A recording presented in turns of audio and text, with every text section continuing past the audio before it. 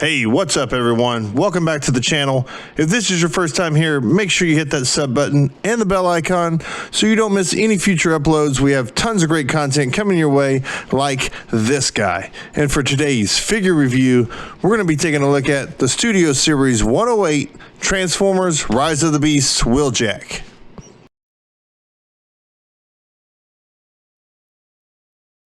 And like we always do, we'll take a quick look at the packaging here, slide in a little closer.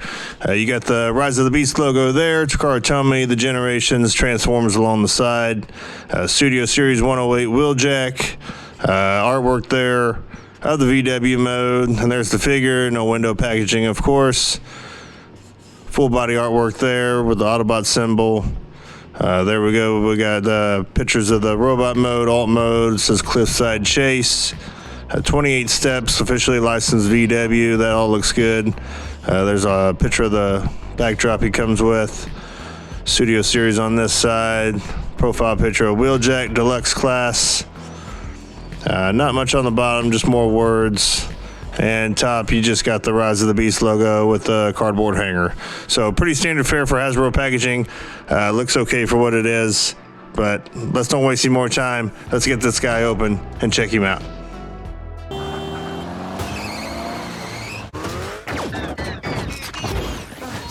I'm late. I was taking in a harmonious moment between a serene butterfly and an unruffled caterpillar. And here we have Wheeljack opened up and out of his packaging. We'll take a quick look at some details here. We'll slide in a little closer there so we can see the head sculpt. Nice shade of blue painted for the eyes, dark gray on the face and the front of the glasses. Molded detail here on the side of the head sculpt. Some paint there down the center. You got some details, headlight bumper details here picked out in silver. The Autobot symbol looks nice. Molded details there on the neck, looks good. Some contrast paint here on the shoulders, black plastic for the wheels. Got a little bit of detail here behind the shoulder. Some silver trim. The door handle there is picked out in silver.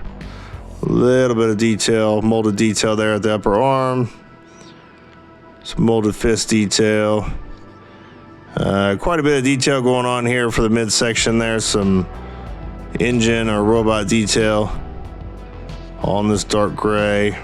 Headlight detail there on the upper thighs. It's got some writing that'll carry over to the alt mode. Silver highlights here on the front of the shin. We got some mold work on the feet. Not too bad. Some details here on the side of the leg. You see the roof rack there, all molded in the same color on the back of the legs. Got some paint work here. It's going to be the front of the van. You got the emblem, the headlights. More of that writing there. We'll talk about that in alt mode. Looks like they did all this in clear plastic, so all this is going to be painted. So that's not too bad. These wings are also done in clear plastic, translucent plastic. So this is all paint here on the outside. So decent amount of paint on this guy. Probably could have been spread out a little bit more places. I think it would have been a little more impactful, but decent amount of paint up there nonetheless. And a decent amount of details. About standard fare for a deluxe, I would think. Although a lot of paint up here. We'll see how that carries over when we get the alt mode. But for now, we'll just move on to articulation. And moving on to articulation. Head's on a ball peg. No real up, just kind of straight ahead. Get that about down to there. No side to side, a little bit of rotation until the face hits. The wings up here are on a hinge and a swivel, so you get a little bit of movement out there so you can kind of help get them out of the way. Shoulders are on a pin joint up here in the body. They're not ratcheted, but they are notched, so you get the first notch to there. Second notch to take you all the way up to the head. There's a ball joint here in the shoulder. It's sculpted around so you don't get any kind of out unless you're using the joint up here. But it will rotate out. And it will rotate around until you hit the wings. Bicep swivel. Single jointed elbow. Get you a little more than 90. Fists are molded in, so no wrist rotation. Bump these back up a little bit. Waist swivel. Ball peg in the hips. Get you about up that far.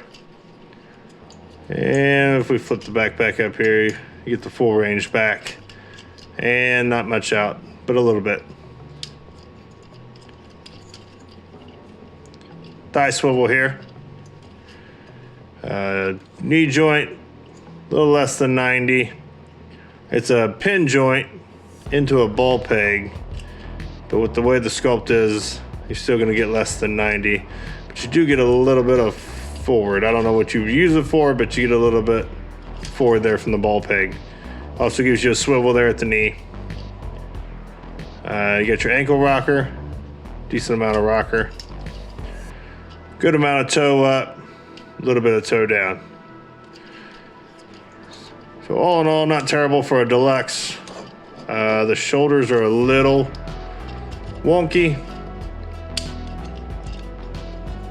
Now that I think about it, the shoulders are pretty much the same as the knees here. You got a pin joint into a ball peg. So interesting design there. It's still a little limited, but he is just deluxe size, so there you have that. Yeah, before we move on, we'll take a look at everything Wheeljack comes with. Of course, a Studio Series, so you get the cardboard backdrop there. It's got the Rise of the Beast logo. Got the highway scene with him and RC. I won't talk too much about it for anybody who hasn't seen the movie. Studio Series, the 108, the Transformers logo. So all that looks good. That's your sheet of instructions. Pretty standard fare for Hasbro instructions, so that all looks good.